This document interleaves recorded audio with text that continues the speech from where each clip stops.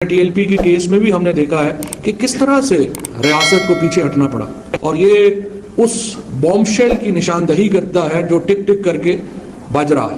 ہمارے ہاں ایکسٹریمزم کی سب سے بڑی وجہ ہمارے اسکول ہیں اور ہمارے کالجز. more than 700 لوگ جو ہیں وہ ریلیز کیے گئے ہیں جیل سے. ان کا نام فورتھ اسکیڈول سے نکال دیا گیا ہے اور دنیا آپ سے یہ پوچھے گی کہ فورتھ اسکیڈول میں جن کو آپ ڈالتے ہیں وہ لوگ ہوتے ہیں جن سے آپ کو ہائی رسک ٹیررسٹ کا پرابلم ہوتا ہے.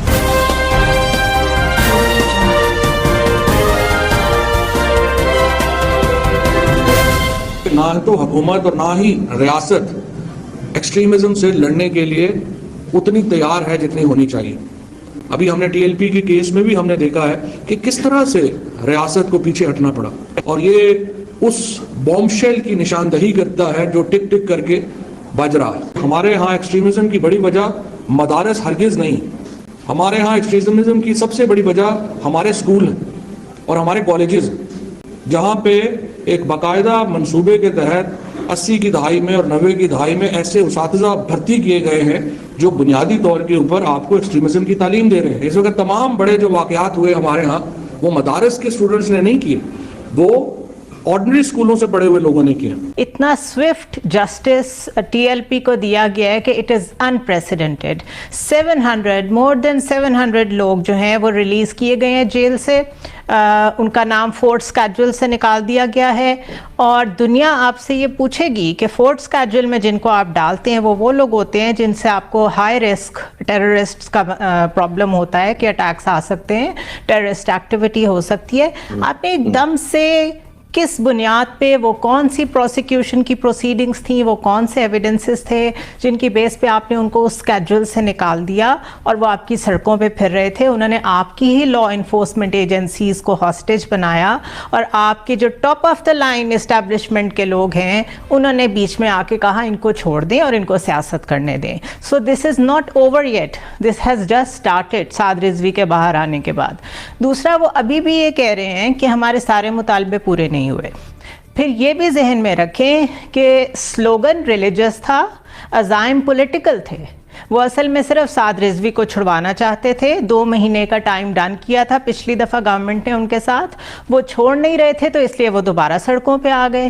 اور اس کے علاوہ انہوں نے اپنے نام کے ساتھ سے کل عدم ہٹوانا تھا, ایک کلین چٹ لینی تھی for politics and contesting elections, انہوں نے وہ بھی کروا لیا. تو صرف اس میں we don't even need to talk about it کہ یہ ناموس رسالت کا کوئی مسئلہ تھا یا فرینچ ایمبیسڈر کا کوئی مسئلہ تھا.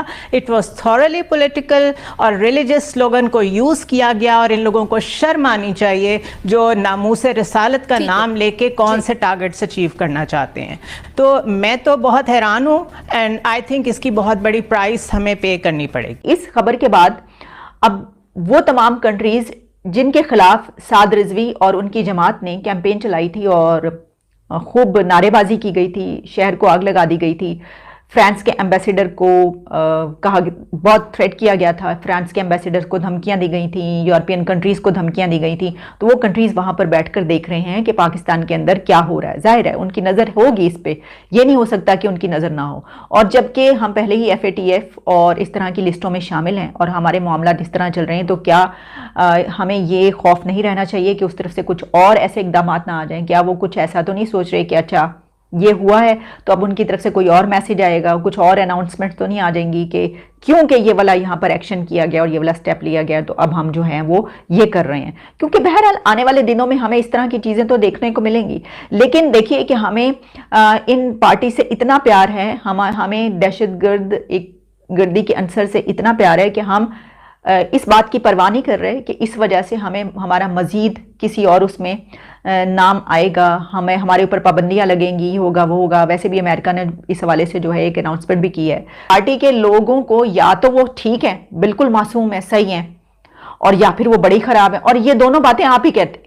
پہلے آپ یہ کہتے ہیں کہ ان سے زیادہ برا کوئی نہیں, اور پھر آپ یہ کہتے ہیں کہ ان سے زیادہ اچھا کوئی نہیں, یہ تو معصوم تھے, ہم نے ان کے ساتھ برا کیا. تو آپ جو حکومت کہے گی, جو نیریٹو سٹیٹ دے گی, جو نیریٹو حکومت لوگوں تک پہنچائے گی, تو لوگ تو اسی کو ایکسیپٹ کریں گے. یو ٹرن کے ماسٹر عمران خان صاحب نے پھر دوبارہ سے یو ٹرن لیا اور جی ہاتھ جوڑ کر جو ہے وہ تحریک لبیک پاکستان کو جو ہے انہوں نے کہا کہ بالکل جی یہ نہ تو یہ بین آرگنائزیشن ہے نہ یہ ٹیررسٹ ہے بلکہ یہ تو بڑے ہی پیارے لوگ ہیں.